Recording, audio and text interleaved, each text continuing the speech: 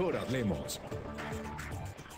Muy buenas noches, bienvenidos de nuevo, les saluda Claudia Palacios, estamos ya en Mejor Hablemos, hoy para conversar con los precandidatos del Centro Democrático.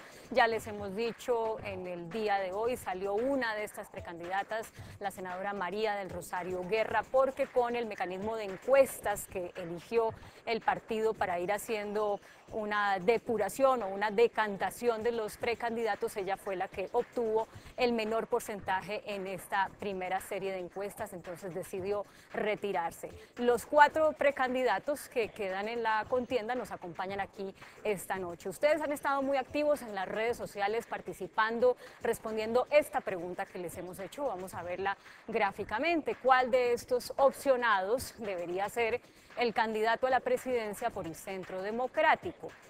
A Iván Duque, B. Rafael Nieto, C. Carlos Holmes Trujillo, D. Paloma Valencia. Nos están diciendo por Twitter que faltó ninguno de los anteriores, pero es que hay que explicarle a la gente que en Twitter no dejan poner 5 opciones. Entonces, por eso no hay más opciones, pero ustedes pueden poner los comentarios que quieran, que saben que los vamos a ir proyectando en la pantalla. Nos acompañan Carlos Holmes Trujillo, abogado de la Universidad del Cauca con especialización en Derecho Penal y Criminología, magíster en Negocios Internacionales de la Universidad de Sofía en Tokio y exministro de Educación, también exdiplomático. Iván Duque, abogado de la Universidad Sergio Arboleda con maestría en Derecho Internacional Económico de American University y maestría en Gerencia Pública de Georgetown University, es senador de la República. Nos acompaña también Paloma Valencia, senadora de la República, precandidata por el Centro Democrático, como todos los que nos acompañan esta noche, analista política, abogada y filósofa de la Universidad de los Andes, con especialización en Economía de la Universidad de los Andes y maestría en Escritura Creativa de New York University, NYU. Rafael Nieto es abogado, fue viceministro del Interior y de Justicia, fue consultor internacional en seguridad, y es otro de los precandidatos. Está también con nosotros Edulfo Peña, que es editor político del diario El Tiempo. A ustedes muchas gracias por aceptar esta invitación. Claudia, muchas gracias. Claudia, muchas gracias. Siempre suelo trasladarle a los panelistas la pregunta que les estamos haciendo a nuestros seguidores en las redes sociales, pero por supuesto esa no se las voy a trasladar hoy a ustedes porque me van a decir pues que cada uno es el que debe ser el candidato. Lo que sí quiero es que veamos los resultados gráficamente hasta el momento, cómo está de una participación ya de 4.200 personas. 32% de quienes han participado dicen que el candidato debe ser Iván Duque, 29% que debe ser Rafael Nieto, 33% que debe ser Carlos Holmes Trujillo y 6% que debe ser Paloma Valencia. Vamos a comenzar con las diferencias.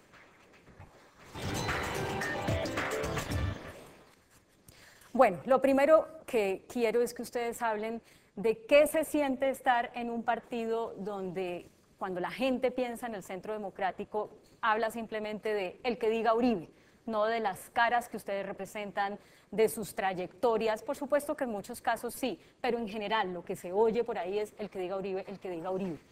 ¿No es un poco impersonal?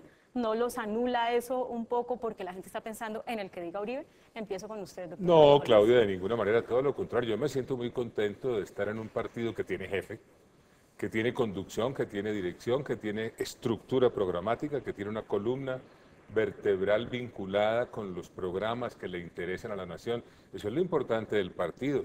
Es una desgracia para aquellos partidos que no tienen liderazgo, ni tienen programa, ni tienen jefe. De manera que yo me siento realmente muy tranquilo en Centro Democrático y muy contento de estar en esta batalla. Iván Duque. Yo también me siento muy contento de estar en un partido que ha venido haciendo más un ejercicio maravilloso de recorrer el país, de debatir los temas nacionales, de un partido que ha sacado proyectos muy importantes en el Congreso de la República, que le ha apostado a la salud, que le ha apostado a las industrias creativas, que le ha apostado al Sistema Nacional de Becas y que está todos los días promocionando nuevos liderazgos. Yo creo que eso es algo que nos distingue a nosotros y que nos hace sentir muy orgullosos de ser miembros del Centro Democrático. Paloma Valencia.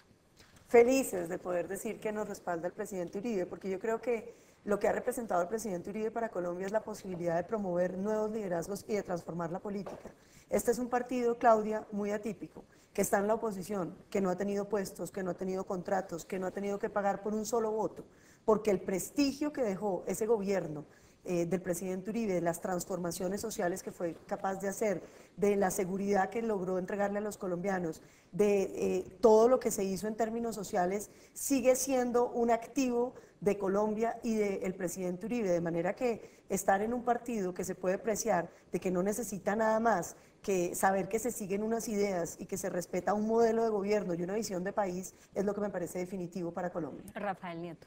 El presidente Uribe ha sido atacado sistemáticamente desde los grandes medios de comunicación, desde el gobierno, y sin embargo sigue siendo la figura política más importante y mayor favorabilidad del país. La gente al final le reconoce unos trabajos durante 8 años dirigidos directamente a resolver los problemas esenciales de los colombianos. Este es un partido que además, después de la salida del presidente Uribe, ha estado todo el tiempo haciendo oposición sin un contrato, sin un puesto, sin dinero, y sin embargo ha logrado éxitos como, por ejemplo, la victoria del no en el plebiscito. Se puede hacer oposición en Colombia y se puede hacer oposición con ideas. Y a partir de eso tenemos unas propuestas para país que son el sacar a Colombia del borde del abismo donde nos llevan Santos y las FARC y reconducirla a un sendero de justicia, seguridad y prosperidad. Edulfo, vamos con el análisis. En el noticiero le preguntábamos a la doctora María del Rosario Guerra si el hecho de que ella siempre hubiera dicho desde que lanzó su precandidatura que iba a nombrar de vicepresidente a Uribe fue precisamente lo que hizo que muchas personas dijeran ya como, uy, de pronto es demasiado, más bien saquémosla de primeras. ¿Qué análisis hace usted de eso? No, yo creo que eso no pudo haber impactado la salida de María del Rosario Guerra. Yo creo que el presidente Uribe sigue siendo un ícono de la política en este país. Estaba pensando, por ejemplo, uno de los temas que le propongo como parte del debate, es que Uribe, desde el 2002, cuando es elegido por primera vez presidente, hasta el plebiscito, que fue la última ida a las urnas hace un año y pico, el uribismo, como ningún otro partido, se ha ganado un espacio en cómo enfrentar a las FARC. Y el tema sigue siendo tema de campaña. Yo te propongo para más adelante, si queda tiempo, que cada uno de ellos diga cómo enfrentaría el tema de las FARC como partido político, como actor político, ya que no está en la subversión, como continuación de esa política o de ese criterio que ha tenido Álvaro Uribe. Pues de una vez, ¿no? Pues entonces vamos para allá. Porque es que a mí me parece, Claudia, que el tema se metió, digamos, el tema de cómo enfrentar a la guerrilla. Hoy, cuando estamos aquí en este programa, le tengo 2 o 3 noticias. Hoy se cayó la reforma política que habían acordado en La Habana. Las circunscripciones para la paz, que hay muchos que creen que no son para la paz, está casi agonizando. Y al fin el Congreso hizo una reforma gracias a una demanda que hizo el senador Iván del acto legislativo. Pero preguntémosles eso, si cada uno de ellos gana, ¿cómo manejaría el tema de las FARC haciendo política, por ejemplo? Y yo les agrego este pedacito para que lo piensen en la respuesta. Las FARC van a volver a elegir presidente en ese país. Que gane alguien, que gane el que diga Uribe, es de alguna manera la muestra de que las FARC volvieron o volverán a elegir el presidente como lo han hecho en los últimos años, no porque lo hayan elegido directamente, sino porque han llevado a que la gente, sí, como consecuencia de la existencia de las FARC, la gente ha votado por determinados candidatos en determinado momento. Vamos de izquierda a derecha. Empecemos por decir lo fundamental. Que las FARC hagan política puede tener alguna razonabilidad en el marco de un proceso de paz, pero que hagan política con ventajas, privilegios y beneficios que los ciudadanos de bien, que nunca han delinquido, no tienen, eso es lo que es francamente inaceptable. La ruptura del principio de igualdad frente a la ley que hace el pacto entre Santos y las FARC para poner a los guerrilleros aquí arriba y al resto de los ciudadanos aquí abajo, en múltiples aspectos, entre ellos en política, es lo que no tiene ningún sentido, porque al final, y es la otra cara de la moneda, lo que se le está diciendo al ciudadano es que ser pillo paga, que ser criminal paga, que si usted mata durante 52 años, lo que va a tener al final es un conjunto de premios, beneficios, derechos, que no tienen el resto de los ciudadanos, entre otras cosas, para hacer política. Pero permítame, lo interrumpo porque yo quiero sacarlos un poco del discurso que además entiendo que lo tengan muy memorizado porque van de debate en debate. Porque la gente puede decir, bueno, de hecho la gente dice, si no existieran las FARC, ¿qué sería el Centro Democrático? ¿Contra quién pelearían? ¿Cómo se darían, cómo se tomarían importancia y tomarían diferencia? El Centro Democrático tiene un proyecto de país, no habla solamente del acuerdo con las FARC o de la guerrilla.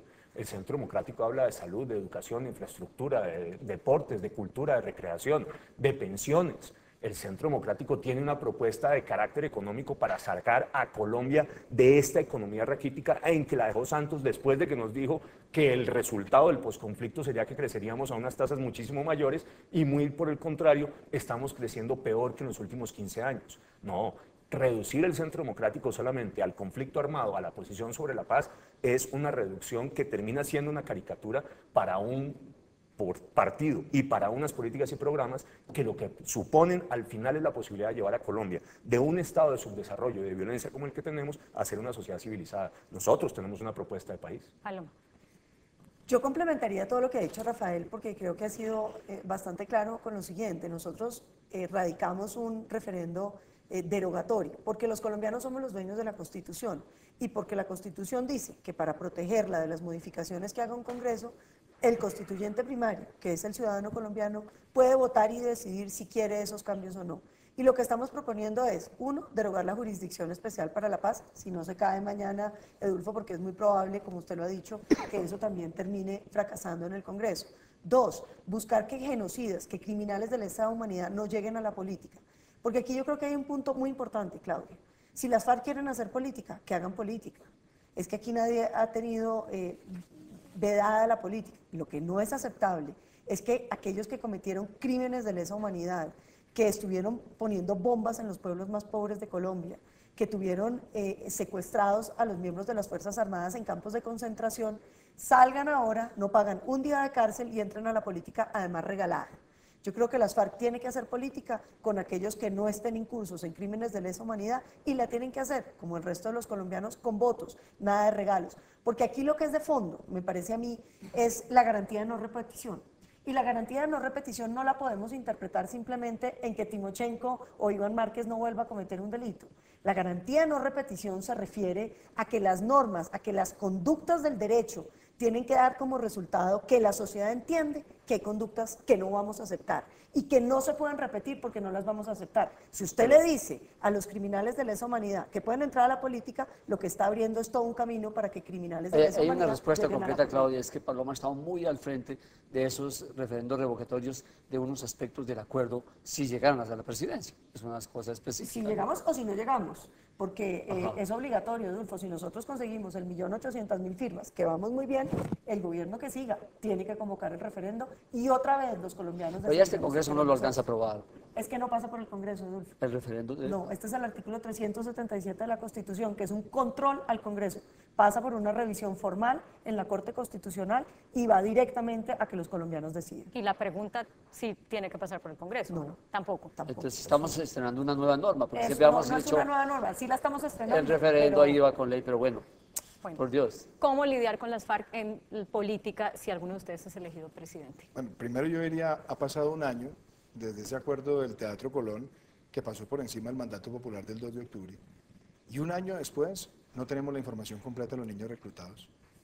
No sabemos qué ha pasado con esos centenares de secuestrados que han sido anunciados por las asociaciones de víctimas de las FARC, que seguramente están en fosas comunes y no han dicho dónde está el paradero de esas personas. No sabemos qué va a suceder con la totalidad de esos recursos criminales que deben entregar para la reparación de las víctimas. Esta es la historia que siguen apareciendo caletas en todo el país y ahora dicen que son de las disidencias. Y algo todavía peor, es que todo esto está sucediendo cuando se les han dado a ellos todas las gabelas de participación política. Curules sin tener que sacar votos. Hoy se presentan criminales de lesa humanidad sin haber ido a la justicia, sin haber dicho toda la verdad, sin haber reparado. Y eso es un agravio a las víctimas en Colombia. Y yo creo que además es supremamente doloroso que en todo este entorno las FARC no esté diciendo, oiga, hay un mea culpa. Y ese mea culpa es que los que tienen que pagar las deudas no son los que van a participar en política. Bienvenida la participación, pero no encabeza a los criminales de lesa humanidad. Y nosotros estamos listos para derrotarlos en las urnas, en democracia. Pero todo lo que ellos han hecho es una burla sistemática al pueblo colombiano y por eso tenemos que ir a la calle, tenemos que ganar las elecciones y tenemos que decir, por ahí no es el camino de Colombia. Doctor Carlos Gómez. A ver, Claudia Edulfo, mi prioridad será crear las condiciones para que la economía crezca rápidamente, para que crezca mínimo al 7% en forma sostenida, para que haya mucha inversión, para que haya más empresa, más empleo, más recursos en los bolsillos de los colombianos, para que estos puedan adquirir bienes y servicios. Y para eso, ¿qué hay que hacer? Derrotar a las FARC en las elecciones. ¿Por qué? porque la creación de esas condiciones requiere seguridad jurídica. Y ese acuerdo Santos-Timochenko no crea sino inseguridades jurídicas que afectan la inversión. El mandato entonces que yo voy a buscar se dirige a cambiar sustancialmente el acuerdo Santos-Timochenko para que el país tenga seguridades jurídicas, vengan los inversionistas y la economía crezca. Pero entonces aquí hay una diferencia, no sé si estoy en lo cierto o no. Usted dice las FARC en política nada, ni con los que son responsables de crímenes, ni con los otros que los puedan estar representando. Yo coincido con lo que han dicho mis compañeros, pero la prioridad es poner a crecer la economía y para eso hay que derrotarlos. ¿Para qué? Para darle seguridad jurídica a los inversionistas que vengan a Colombia, haya empresa y haya más empleo. O sea que prioridad, que la economía crezca. O sea, pero que vayan que se presenten con candidatos que no hayan cometido crímenes y si la gente los elige que hagan política Eso o es no. un postulado del partido, es un postulado del partido, no a la elegibilidad inmediata de los culpables de los más graves crímenes. El lío, Claudia, es que estamos en un debate. Yo no sé si se le puede llamar extemporáneo, porque todo el Centro Democrático y los precandidatos no son amigos de que la guerrilla vaya al Congreso. Pero como están las cosas hoy... Los criminales de lesa humanidad. Sí, pero como están hoy, van a estar en el Congreso el 20 de julio con algunos de ustedes sentados. Por lo que ya aprobó la Corte y por lo que se aprobó. Pero cortico porque con el referendo lo sacamos. Bueno, pero van a estar allá en el Congreso. Entonces, ¿en qué momento los van a trancar? Edulfo, es muy importante tener en cuenta esto. El tema no es la participación en política de los que no han cometido los más graves crímenes. El problema es la elegibilidad inmediata de esos criminales. ¿Y quiénes a eso es que nos creen que van a estar elegidos? ¿Sabe una cosa? Pues los que ya anunciaron ¿sabe que una van a cosa? ser candidatos. ¿Sabe una cosa que es terrible de la JEP? Ahí dejaron un artículo que dice que decir toda la verdad no significa aceptar responsabilidades. Entonces llegan a la JEP, los máximos responsables, hablan y hablan y hablan horas y horas de la larga vida criminal, no aceptan responsabilidad, se entiende que dijeron toda la verdad y tranquilo váyase que no va a ir a la cárcel. Esas son formas de agredir a las víctimas. Y yo insisto, ha pasado un año. Hoy no conocemos la información de los socios del narcotráfico, no conocemos cuáles eran las redes, quiénes lavaban los activos. Bueno, Todo pero esto perdón que usted debería para saber. ir cerrando puntos, si yo les entiendo bien. Ustedes, cualquiera que sea, llega a la presidencia o no, hacen el referendo para que salgan ellos del Congreso, los que hayan, los 5 o los 10 que estén ahí, los 10 que estén ahí. Y entre tanto, entonces, ¿qué va a pasar con ellos, con los que estuvieron en armas? Entre que van a la JEP y... Nosotros lo hemos dicho, nosotros las garantías de desmovilización y de reinserción las vamos a defender. Eso es, digamos, lo que es rescatable del acuerdo. Que una gente que estaba armada, pues ya no esté armada, que hayan dejado las armas, aunque no sean todas, y que se hayan desmovilizado unos, aunque no sean todos, porque hoy nos dicen que son el 50%. Sí, pero para ponerlo en términos prácticos, sacan de la curula a Iván Márquez, por decir alguna cosa, Pablo Catatumbo, y se ponen ellos a hacer ¿qué?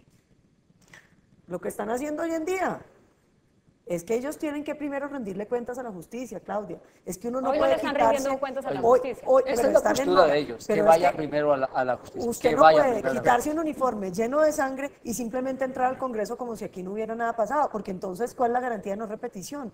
¿Cuál es el mensaje para esos jóvenes que hoy están en bandas criminales o en disidencias de las FARC? Siga delinquiendo que después usted negocia y queda libre. Rafael. Claudia, yo soy un poco más extremo en esta posición.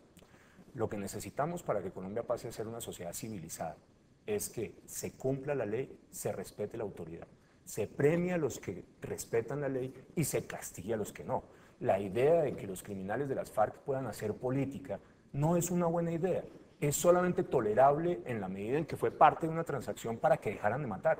Pero lo lógico en una sociedad civilizada es que esos que han matado y han cometido secuestros y violaciones, etcétera, etcétera, etcétera, simplemente no fueran a hacer política, sino que estuvieran en la cárcel. O sea, Eso es les lo que quitan la tendría- curul y los meten a la No, cárcel estoy en un diciendo gobierno de que Rafael lo que Nieto. tendría que ocurrir en una sociedad civilizada, nosotros estamos en ese ejercicio de irla construyendo, es que a los criminales se les castigue y se van a la cárcel. Si no lo estamos haciendo y si no lo vamos a hacer con las FARC, es simplemente porque nos toca tolerar que ese fue el cambio que se hizo para que dejaran de matar, pero no porque entendamos que es correcto, no lo es. No es correcto en una sociedad que el que ha cometido delitos no pague por ellos. Y no es correcto en una sociedad que el que ha cometido delitos haga política. Independientemente de que sean crímenes de lesa humanidad o crímenes de guerra, Lo que ocurre es que nosotros hemos tolerado la idea de que hagan política y de que no vayan a la Pero de cárcel nuevo, para que entonces, dejen de matar. Pero no ¿les porque quitan la encontremos que curul sea y que bueno. vayan a la JEP o les quitan la curul y que vayan a la justicia ordinaria o les No, es quitan que la curul y tienen que que vayan ir a a la dónde? Jurisdicción Especial para la Paz en todo caso. En cualquier caso. Eso es además lo que dice el pacto. No es un cambio que estemos proponiendo nosotros. Tienen que pasar por la JEP. Lo que ocurre es que Santos pretende que hagan política sin pasar por la JEP. Es que yo creo que además las contradicciones son evidentes. Este gobierno en el año 2013 llevó al Congreso un marco jurídico para la paz. Hubo una proposición de Juan Lozano, entonces senador, y quedó claro que los máximos responsables de crímenes de lesa humanidad no podían participar en política hasta que no cumplieran la pena. Fue a la Corte Constitucional, Claudia Adulfo. La Corte se pronunció, sentencia C577 del 2014, ¿y qué dijo? Hasta que no reparen, hasta que no digan toda la verdad, hasta que no cumplan la pena, no pueden participar. Y ahora nuevamente se hace Hay una una nueva sentencia de la arquitectura. Corte de hace unas semanas que dice que solamente conlleva una certificación Sí. a la Claro, presidencia. eso es lo que me Corte parece cambió. grave. ¿Por qué la Corte hoy se ha dejado permear de esas presiones? Y ante la opinión pública, la ciudadanía va a castigar eso en las urnas, porque además se siente violada de su decisión soberana en el plebiscito. Y lo que la gente decía es, participación en política sí, pero los criminales de lesa humanidad no pueden llegar al Congreso hasta que no cumplan con sus penas. Claudia, tú me Si permites le van a regalar curules a alguien, que se la regalen a las víctimas, no a los Me victimarios. permites Sí, una, claro. una interpretación. Digamos que uno mira 2018 y uno cree, Claudia, que el Centro Democrático, con ellos y con los que vendrán después a la alianza desde el conservatismo, van a estar en segunda vuelta. Estoy casi seguro, podría apostar. Y ellos representan, es una talanquera, digamos, ellos representan las FARC tienen que no avanzar tan rápido como lo han hecho, no vamos a dejar que las FARC estén en política, no vamos a dejar... Eso es un poco la actitud que hoy, o lo que representa el Centro Democrático. Quiero como sintetizar eso, porque usted ve del otro lado del espectro a la centro izquierda que está apoyando que las FARC vayan a los cargos de elección popular, que estén cada día más en la sociedad. Quiero que esa sea una línea clara para definir lo que va a pasar en el 18. Si me permites, Adolfo, yo quisiera decir algo. Es que yo creo que ese es un tema muy importante, porque en los debates que hemos tenido en el Congreso yo creo que se ha podido ver, digamos, la posición moral de cada uno de los partidos. Entonces, por ejemplo, hay quienes dicen, sí, que las FARC hagan política, no importa que sean criminales de lesa humanidad. Entonces dicen, como los paramilitares también eran criminales de lesa humanidad y a unos criminales les vamos a dar representación política, démosle representación política a los otros. Entonces eso es, digamos, las bancadas de la Unidad Nacional. Los de la izquierda dicen, no, criminales de lesa humanidad, paramilitares, eso sí no pueden tener representación política. Los de la FARC sí. Los de la FARC sí. Y nosotros hemos dicho muy claramente, ningún criminal, de ningún calado político, de ningún tinte, es que quien cometió delitos de lesa humanidad tiene que estar por fuera de la política. Es una Y hay posición. algo Pero que además, sé. Adolfo, nosotros hemos... Y el tema de los menores, que yo creo que esto es muy crueles. importante. Se logra a través del Congreso una proposición para que quienes violaron los niños colombianos en las FARC No paguen sean con sujetos cárcel, de la no JEP. puedan Sino de tener la jurisdicción. ordinaria, sí. Y entonces ahí salen los partidos, los de la Unidad Nacional a decir, sí, claro, porque si los violadores, y vienen los de la centro izquierda y la izquierda a decir, no, los de la FARC sí tenían todo el derecho a violar a los niños y no tienen que pagar cárcel por eso. Entonces yo sí creo que es importante que el país contextualice Que esté el viendo debate esto, que esté moral. viendo estas Yo creo- líneas. Mire, yo creo una cosa importante que además eso también ha sido un triunfo del Centro Democrático en democracia y apelando a lo que los ciudadanos tenemos derecho. Nosotros demandamos el acto legislativo 01 del 2016 y permitimos que el Congreso pudiera hacer modificaciones soberanamente sin que el ministro del Interior dijera qué va y qué no va. La proposición de Maritza Martínez no hubiera sido posible si hubiera Sí, no necesitado hubiera sido por el ese aval fallo de del la Corte. ministro. Pero Entonces, mire, tengo hoy que nosotros hacer- hemos logrado que esos derechos se protejan. Tengo que hacer Y eso una- nosotros tenemos que cobrarlo también para que el pueblo colombiano se dé cuenta que al criminal no se le puede seguir entregando el tapete rojo. Tengo allá que en el hacer una Congreso. primera pausa para comerciales, pero quiero irme con una respuesta de cada uno de ustedes. Si todos son tan parecidos, si piensan más o menos lo mismo o lo mismo sobre estos temas y lo tienen tan claro, entonces, ¿por qué por Carlos Holmes y no por los demás? ¿Por qué por Iván y no por los demás? Y lo mismo con Paloma y con Rafael Nieto. Yo me puedo referir a lo que estaban tratando antes porque quiero hacer unas precisiones sobre eso. Sí, ojalá brevemente porque me están diciendo que Primero, tengo que ir a comerciales. culpables de los delitos más graves, que paguen pena privativa de la libertad. Segundo, que no puedan ser elegidos inmediatamente. Tercero, la JEP debió haber sido declarada inconstitucional toda, y lo digo como coautor de la Constitución del 91. Cuarto, como consecuencia de esto, reformas de fondo a la Corte Constitucional que está excediendo sus competencias. Bueno, pero ¿por qué entonces, si todos están de acuerdo en eso, por qué debe ser Holmes? Carlos Holmes Trujillo y no los demás? En mi caso es la experiencia y la integralidad de la hoja de vida. Una hoja de vida que parte de lo municipal como alcalde elegido popularmente y presidente de la Federación Colombiana de Municipios, experiencia en lo regional, en lo nacional como ministro varias veces, coautor de la Constitución del 91, alto comisionado para la paz, amplia experiencia internacional, experiencia exitosa en el sector privado y en el sector académico. Eso es lo que yo pongo a consideración de mis compatriotas. Experiencia. Iván Duque. Claudia, para empezar, acá hay similitudes en principios y esta discusión que estábamos teniendo es sobre principios. Y claro, hay diferencias, pero hay diferencias dentro de una visión. Yo, por ejemplo, he presentado este programa, son 162 propuestas sobre distintos temas, en lo ambiental, en la infraestructura, en el desarrollo de los mercados de capital, en el emprendimiento, en la ciencia y la tecnología. Y ese es el programa que yo he venido presentando para la discusión, para que los colombianos me acompañen. ¿Qué espero? Que este programa sea el programa del Centro Democrático para que nosotros construyamos esa plataforma de la Presidencia de la República. Pero ese programa lo podría implementar Carlos Holmes Trujillo o Paloma. Pero o lo estoy liderando yo, lo he escrito yo, lo he trabajado yo y yo espero ser el presidente que lo materialice. Paloma Valencia. Vea, lo primero que hay que decir es, yo creo que todos los precandidatos son buenísimos y cualquiera que quede lo vamos a acompañar con todo el entusiasmo porque aquí lo que estamos defendiendo son unas ideas. Pero claro, como hay que decir por qué uno y no el otro, yo no diría por qué no el otro, sino por qué quiero yo ser candidata del Centro Democrático. Primero, porque yo creo que estamos en una generación que quiere gobernar a Colombia. Hemos venido siendo gobernados durante ya muchos años y creo que el cambio generacional es ahora, porque como mujer creo que las mujeres tenemos que tener espacios en la política. Claudia, cuando usted ve los maltratos a las mujeres en este país, el abuso sexual de los niños en este país, usted entiende que aquí estamos condenados en una cultura machista y hay que romperla llevando a las mujeres al poder, porque eso es lo único que transforma la manera como la sociedad percibe a la mujer. Y tercero, porque yo creo que yo represento bien las ideas del Centro Democrático. La poca carrera pública que llevo, creo que me he caracterizado por ser siempre muy leal a estas ideas y porque yo creo que tengo la energía, tengo los conocimientos y tengo sobre todo un gran equipo, que es el equipo del Centro Democrático, para gobernar bien a Colombia. Por lealtad, por mujer, por joven. Sí. Rafael Nieto. Yo soy la mezcla y el equilibrio entre la experiencia de Carlos y la juventud de Iván y de Paloma. Tengo formación académica, he sido profesor universitario por muchísimos años en Colombia y en el exterior, pero además tengo un conocimiento directo de la realidad nacional. Conozco el país de La Guajira al Chocó, del Bichada al Putumayo, trabajando con las comunidades, con los gobiernos locales, con los empresarios, buscando soluciones concretas para los problemas y las necesidades reales de los colombianos. No tengo rabo de paja, no tengo ningún problema de corrupción en las espaldas, no me da miedo arrimarme a la candela porque no me puedo encender. Y al final tengo el carácter y las ideas para conducir a Colombia por un nuevo rumbo, alejarlo del precipicio en el que nos están llevando Santos y las FARC y llevarlo a una sociedad más justa, más segura y más próspera.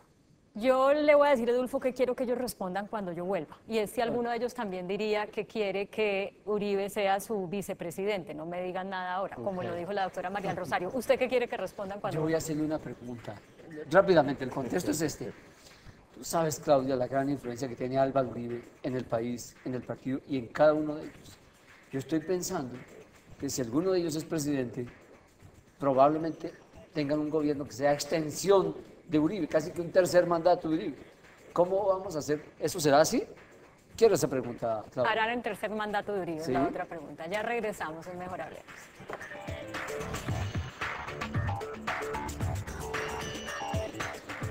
Ya regresamos con Mejor Hablemos.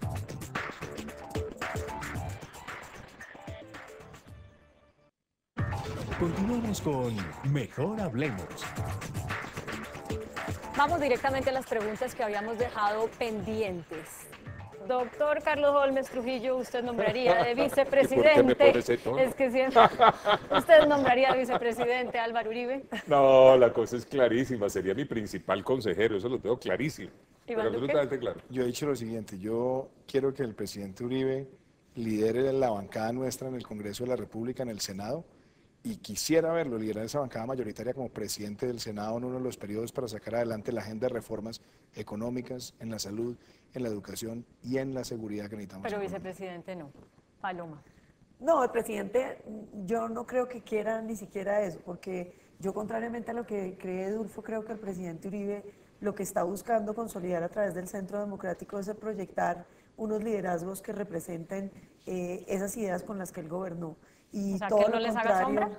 él no nos hace sombra, o nos ha hecho sombra para protegernos, pero todo lo contrario, el presidente Uribe lo que es un gran promotor de liderazgos, por eso estamos, digamos, nosotros aquí, es porque él nos ha dado las alas para podernos visibilizar, para poder defender estas ideas, y yo lo que veo es que lejos de él querer seguir como creen que quiere seguir en el poder, él lo que quiere es que Colombia siga un buen rumbo, y el rumbo que consideramos Uribe es adecuado. el líder, Uribe es el líder, es el jefe, Así es el boss. es el jefe, es el consejero y es la inspiración. En mi caso, yo lo que cada vez que lo veo pienso, así es como debería ser un gran político. Pero no vicepresidente entonces. Rafael Nieto. El presidente Uribe ha dicho expresamente que no tiene ninguna intención en ser vicepresidente de nadie, de ninguno de nosotros. Lo ha dicho con claridad, Claudia, sin ningún tipo de ambigüedad. Él no quiere ser fórmula vicepresidencial. Además, hay que decir lo siguiente: poner al vicepresidente, de vicepresidente al presidente Uribe es hacerle la trampa a la norma que dice que no debe haber reelección, porque evidentemente el presidente no se puede reelegir. Ponerlo vicepresidente con la posibilidad de que después asuma la presidencia porque le pasa algo al presidente es buscar la comba al palo, y uno tiene que ser cuidadoso en el respeto a las normas jurídicas y la Constitución. El presidente Uribe tiene que ser el gran consejero, el sabio de la tribu, el patriarca, aquel en el cual uno se puede recostar en el caso de que necesite aprovechar su conocimiento, su sabiduría y su experiencia. Pero el presidente de la República es el presidente de la República. Su pregunta, Edulfo. Entonces voy con eso. Empieza en otro orden. El contexto Pablo. otra vez. Sí. Digamos es que conocemos a Uribe, ustedes lo conocen. Uribe es un hombre de una gran capacidad de trabajo, de un conocimiento como pocos en el país, con un sentido de la autoridad. Lo vimos hace un par de semanas cuando le dijo, Oscar Iván no va más, y también tuvo que decir otra cosa, que fue cuando se me olvidó la otra decisión que tomó hace una semana. Pero bueno, dejemos ese contexto para más adelante. ¿Cómo hacer, doctor Carlos Holmes, para que Uribe no sea, a través suyo, si usted es presidente, un tercer mandato?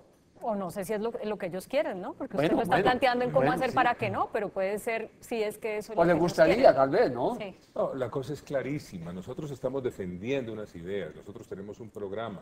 Ese programa viene inspirado por el expresidente Uribe.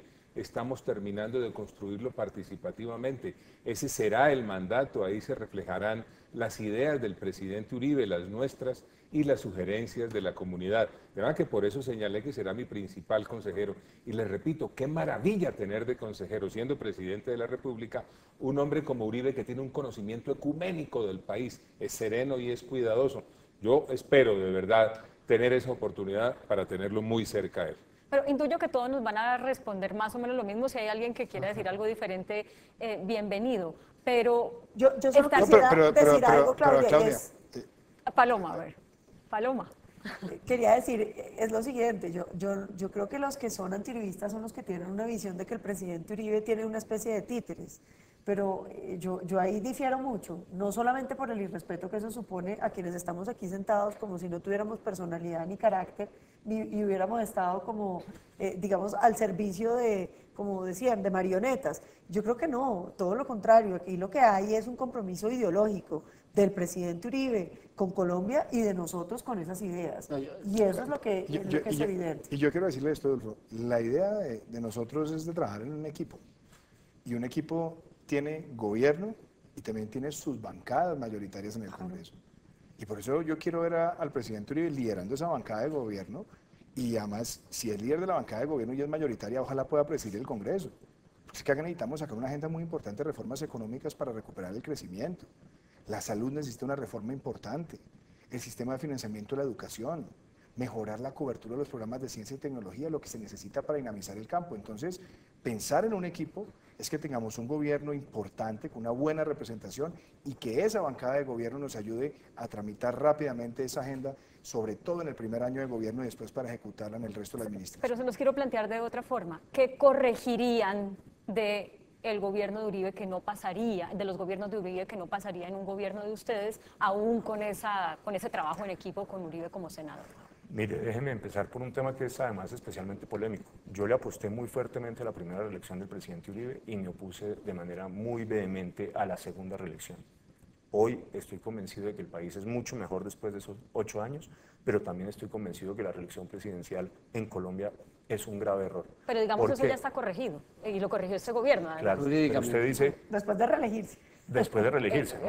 Exacto, pero digamos, Y eso ya no es una tramposamente. tarea que hay que Y hacer porque ya tramposamente. está hecha. Y ¿Qué tramposamente. corregiría usted, qué otra cosa corregiría de lo que fue el gobierno de Uribe o del legado Uribe? No, a mí me parece que en las líneas generales yo estoy fundamentalmente de acuerdo y creo que tal vez haría un énfasis especial mayor en los temas de política exterior, donde el presidente Uribe se concentraba fundamentalmente en los grandes asuntos nacionales y le tenía en general poco interés a los temas internacionales, no eran el centro de su agenda. Uno tiene que reconocer que este es un mundo globalizado y que Colombia tiene que estar inserta y que por tanto debe haber hay una un respuesta, liderazgo sí. internacional un poco más decisivo y no solamente centrar la mirada. Sí, a al Uribe le interior del gustaba país. más cuando era presidente andar en las veredas que en la economía Y a internacional. mí también, a mí Pero, también. claro, yo sí, A mí No también, crean a mí también. ustedes. yo sí quiero tener ahí una, No crean una discrepancia ustedes, no crean muy ustedes. respetuosa. No crean y es, ustedes. ojo, el mayor triunfo de política exterior de representación multilateral de Colombia, que fue la llegada de Luis Alberto Molero a la presidencia del BID, se dio en el gobierno del presidente Uribe. La Secretaría General de la CAN se dio en el gobierno del presidente Uribe.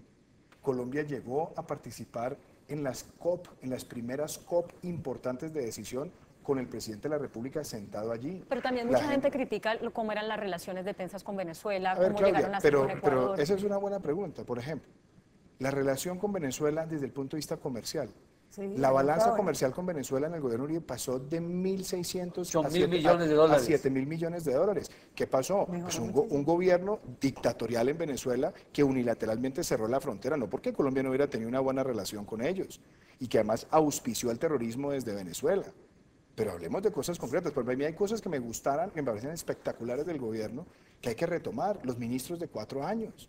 Es que nosotros acá tenemos 6 ministros de justicia en menos de 5 años. Tenemos 5 ministros de agricultura, 7 ministros de minas. Aquí hay que volver a tener personas con liderazgo en el timonel de las principales áreas del gobierno, porque necesitamos orientar políticas públicas. Entonces hay que mirar las cosas Pero, buenas Claudia, que se dijeron, se Claudia, dejaron de usted- hacer, ustedes y hay me que hacer permiten reformas de una- gestión y de gerencia y de resultados también en otros temas. Mire, yo fui embajador del presidente Uribe. Yo fui Bruselas. embajador de él en Estocolmo y concurrente en todos los países nórdicos y embajador ante la Unión Europea, además de Bélgica y Luxemburgo. La capacidad de gestión internacional del presidente Uribe es notable. Esa historia según la cual es un hombre apenas parroquiano, que se dedica más a las veredas que a la cosa internacional, eso es pura fábula, eso es cuento, todo lo contrario. Es un gran actor internacional, es un gran gestor internacional. Mire usted todos los acuerdos de libre comercio que salieron adelante durante el gobierno del presidente Uribe. Mire usted cómo logramos, en el caso de Europa, por ejemplo, sacar adelante el acuerdo comercial con la Unión No, y Europea con Washington, en y con medio Washington, de que una no está oposición tremenda. O sea, usted ahí De no manera- corregiría nada, corregiría en, algo en- del... en política del- exterior todo lo contrario, profundizaría una acción internacional muy exitosa. ¿Corregiría en algo? Complementaría la seguridad democrática con algunos programas que fomenten seguridad ciudadana, y yo lo estoy presentando, es el programa CASA, Centros de Acción Solidaria Anticriminal, y avanzaría en algunas reformas a la salud para fortalecer los cambios que se hicieron con motivo de la Ley 100. Eso es lo que yo haría, es que- complementar acciones. Yo creo que el gobierno del presidente Uribe, uno le puede encontrar algunos defectos, le puede encontrar cosas, pero sobre todo, Claudia, pues este es un país en construcción. Aquí lo que hay es, de esas políticas que tuvo el presidente Uribe, cómo se pueden continuar algunas cosas que fueron muy exitosas. La seguridad democrática. Hoy cuando tenemos bandas criminales en todo el territorio, minería ilegal, cultivos ilícitos, se hace urgente repensar esa seguridad democrática en términos de cómo se va a controlar el fenómeno de que otra vez el Estado colombiano está perdiendo el control del territorio. Temas que hay que profundizar mucho más allá, lo decía ya el doctor Carlos Holmes, tema de salud. Aquí la ley 100 se ha venido desdibujando. Hoy tenemos unas EPS que prestan servicio ellas mismas. Entonces, uno va a buscar servicio y la EPS lo manda a la clínica del hermano o de ellos mismos, pésima, con un pésimo servicio, pero al sistema le cuesta lo mismo. La integración vertical, que es un proceso que se fue dando después de la Ley 100, yo creo que hay que reversarlo y buscar que el usuario pueda escoger dónde va a ser atendido. Temas fundamentales como los económicos, hay que retomar la política del presidente Uribe, que es el sector privado productivo, con una tasa impositiva razonable que signifique bajar los impuestos en Colombia y sobre todo darle estabilidad para que la gente crea en Colombia y quiera invertir. Yo creo que estas son las cosas que hay que retomar. Hay que retomar ese rumbo. Yo diría que en el presidente Uribe usted puede encontrar muchas cosas que hay que seguir haciendo. Por ejemplo, en temas de medio ambiente, el presidente Uribe, contrariamente a lo que dice Santos, fue el primero que metió a Colombia en toda la agenda del cambio climático. Este gobierno que tanto ha hablado, lo único que ha hecho es documentos. Hay que poner en acción los planes para el control del cambio climático, la protección de los ecosistemas estratégicos, la minería. Todos esos son temas que el presidente sembró unas ideas, pero que hay que llevarlas a lo que el país está hoy. ¿Quería agregar algo, Rafael Nieto? Sí, para que no quede una caricatura de lo que dije. Yo lo que creo es que se puede hacer más énfasis en los temas internacionales de los que hizo el presidente Uribe. Claro, no, es que me parece... Perdón, Edulfo, y termino. Por ejemplo, yo creo que en el tema de Nicaragua se hubieran podido hacer ajustes, que no se hicieron, y ahí yo tengo unas diferencias. Y hay otras en las que también creo para que no hay... termináramos mal en La Haya. O sea... Claro, yo creo que se debe haber hecho de una forma distinta y lo dije además públicamente. Y tengo otro elemento adicional. Yo creo que se equivocaron en el manejo de los temas de la justicia penal militar. Yo creo que había que defender al fuero militar de manera mucho más vehemente. De acuerdo. Hombre, es que aquí no se trata de decir que el presidente Uribe no tiene ningún problema ni ningún error y que no ha cometido fallas. Es que también es un ser humano. Lo que pasa es que aún con esos errores y esas fallas, no hay ningún líder, no digo en Colombia, en América Latina y muy pocos en el mundo que hayan hecho lo que hizo el presidente Uribe por un país como Colombia y lo que ha dejado para las nuevas generaciones. Con su comentario, Iván, me voy a comerciales. Yo le haría mucho énfasis, por ejemplo, al tema industrial. Yo creo que aquí nosotros tenemos que corregir muchas cosas de los últimos años en materia industrial. ¿Qué es corregir? Buscar facilitar los trámites, la ventanilla única de comercio y emprendimiento, reducir tantos trámites que tiene el sector privado, generar más certidumbre de largo plazo. Y algo más que es fundamental, y es que nosotros insertemos al país en las cadenas de valor con esos países con los que hoy tenemos oportunidades de comercio. Esas serían cosas que hay que hacer rápidamente, que corrigen muchos errores de este gobierno y quizás cosas que se dejaron de hacer también a finales del gobierno del presidente Uribe. Pero aquí lo que toca es mirar de las cosas que se hicieron bien, qué retomaríamos y en qué cosas haríamos más énfasis. Industria sería una de ellas. Cuando regresemos nos va a quedar muy poco tiempo, pero igual adelanto dos preguntas, a ver si alcanzamos y usted adelante la suya, Edulfo. Uno, ¿qué continuar del gobierno Santos, si hay algo continuable y destacable para ustedes si son elegidos presidentes? Y dos, ¿va a seguir Colombia en esta polarización tan tremenda si alguno de ustedes es elegido presidente? Y yo haría una pregunta, el gobierno del presidente Uribe, los dos gobiernos, hizo muchas cosas, pero hubo como una línea, un eje central, que era la seguridad democrática, casi que se identifica por eso. Necesariamente cada uno de ustedes extendería esa línea, proyectaría, modificaría, sustentaría. Yo los veo a ustedes es como si estuviéramos en un concurso de historia hablando del pasado, hablemos del futuro. No, lo que pasa es que... Eso es una me excusa para que oye, ustedes Claudia, hablen.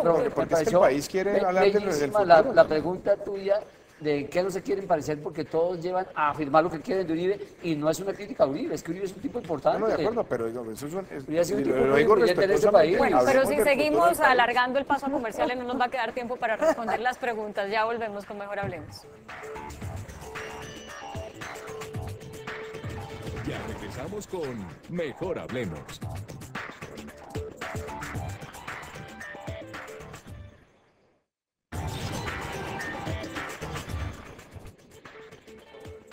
Bueno, estamos ya en el último segmento de Mejor Hablemos. Vamos a tratar de hacer esta ronda rápida. ¿Qué continuar, extender de lo que ha hecho o del legado de Juan Manuel Santos? Rafael Nieto. 3 programas me parece que ameritan, es de lo poco para rescatar del presidente Santos. En general es una gestión muy mala, por no decir pésima, pero creo que hay 3 programas que vale la pena preservar. Serpi lo paga, pero con un matiz. No se puede afectar la financiación de la universidad pública. Primero. O sea, que todos los pilos sean para universidades públicas. No. mantener el sistema de Serpi lo paga con la posibilidad de acceder a universidades privadas, pero buscando que las fuentes de financiación de Serpi lo paga no afecten las fuentes de financiación de la universidad pública. Ese es uno. Dos. Segundo, Colombia Compra Eficiente. Ese es un programa que ha sido muy útil en reducir los costos en materia de suministros para el Estado colombiano. Hay que ampliarlo, hay que fortalecerlo. Y tercero, lo decía alguno de mis compañeros antes en otro programa, el Fondo Impulsa, que es un fondo que genera al final la posibilidad de fortalecer el emprendimiento en Colombia. Paloma Valencia. Bueno, hemos contestado esto varias veces, entonces uno termina repitiendo el programa de Cero a Siempre, pues ya Rafael habló de unos, pero yo sí creo que un gran acierto de este gobierno fue Serpi lo paga, porque no es solamente lo que están mostrando los estudios en términos de que estos niños no iban a llegar a la universidad, son personas de estrato 1 y 2, que no iban a llegar a la universidad y que hoy están llegando con unos resultados absolutamente deslumbrantes, rendimientos académicos sobresalientes, pero además están transformando las universidades privadas.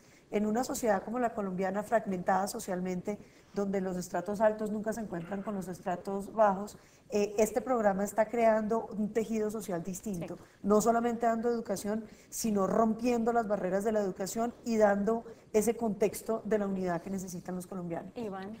A mí me gusta mucho Leer es mi cuento. Es un programa que ayuda a diseminar los hábitos de lectura en niños y sobre todo en lugares apartados de Colombia. Creo que es un programa muy interesante.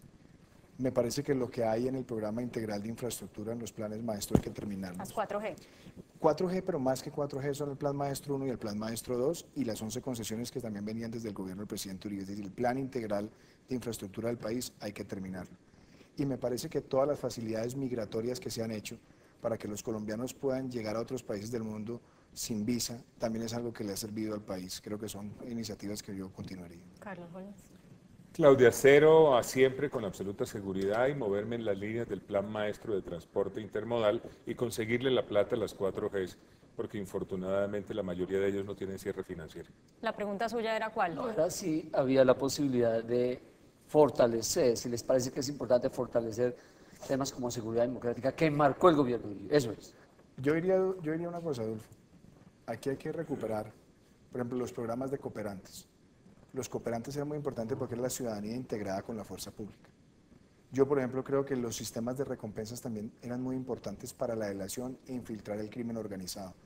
Y creo que los consejos semanales de seguridad era una manera donde se llegaba con el gobierno y se contrastaba entre la fuerza pública y la ciudadanía la percepción de seguridad. Esas tres cosas se perdieron, hay que retomarlas.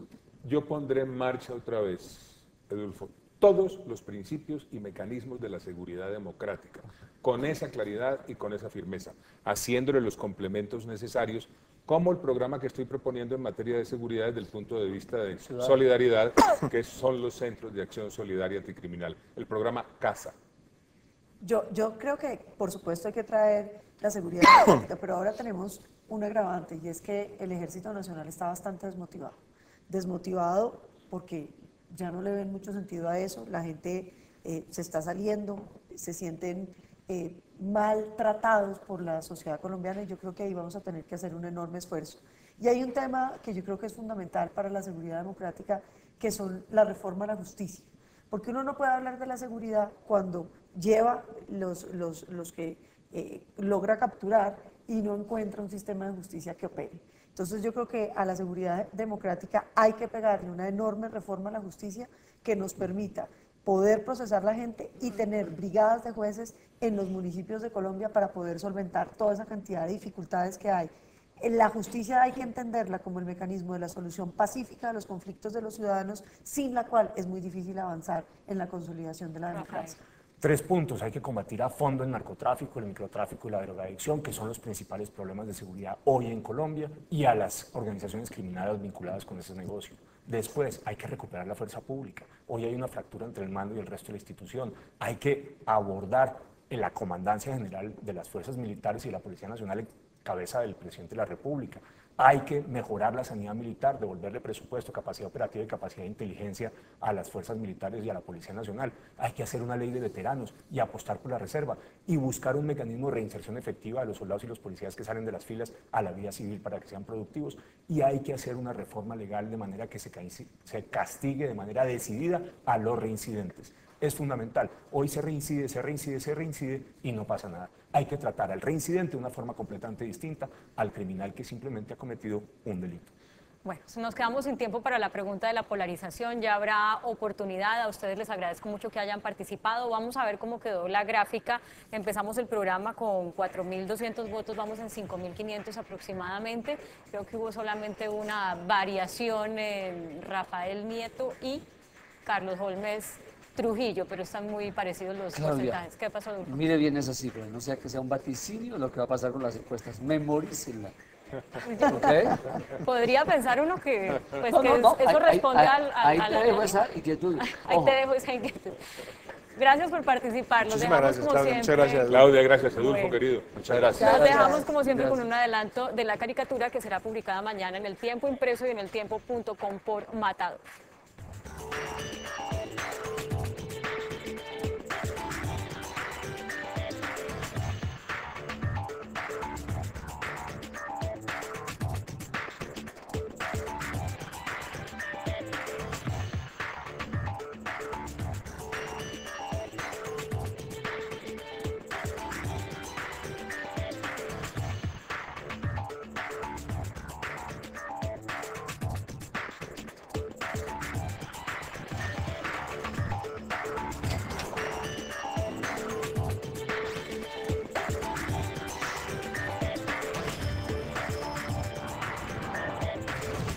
Mejor hablemos.